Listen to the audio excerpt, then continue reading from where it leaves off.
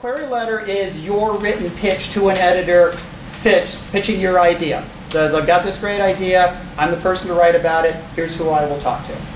Okay? It will be either through snail mail or it will be electronically. And increasingly, magazines are looking for electronic submissions, electronic queries.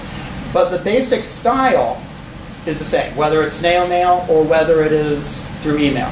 All right? You want to make sure that your query letter is not too long or too short. 1.5 pages is ideal. If your query letter is 4 pages long and you're still writing, you need to stop and start fresh. Way too long.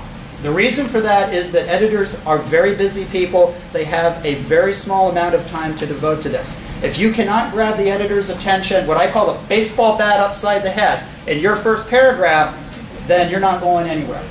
Okay? So you want to make it brief, you want to make it strong, you want to make that opening paragraph as evocative and powerful as you possibly can.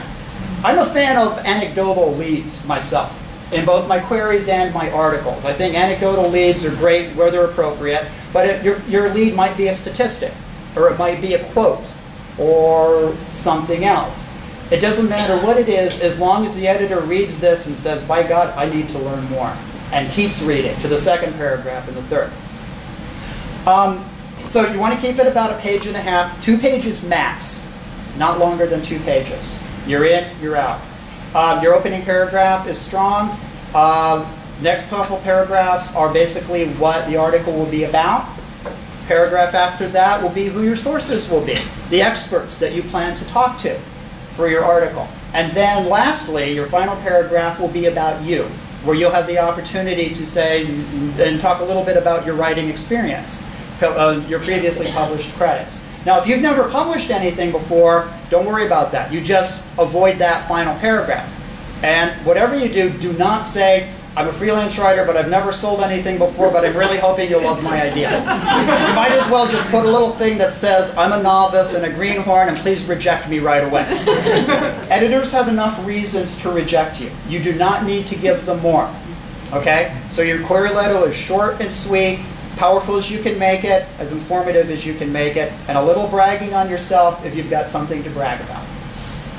You want to make sure that your query letter is addressed to a specific individual, even if you have to call the magazine. But if you've got the magazine in front of you, and ideally you have read the magazine that you were pitching to, then you can look at the masthead and figure out who you should submit to. But if you're unsure, do not hesitate to call or email and say, I've got an idea, I was wondering to whom I should send it.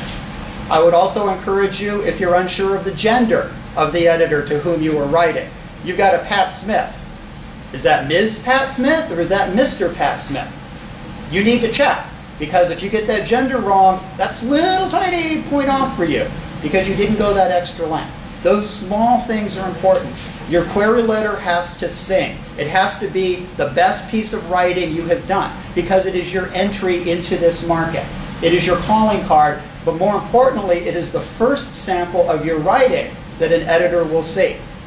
No spelling errors, great grammar, proper syntax, all of this. You have to read it and fine-tune it and read it and fine-tune it until it's perfect.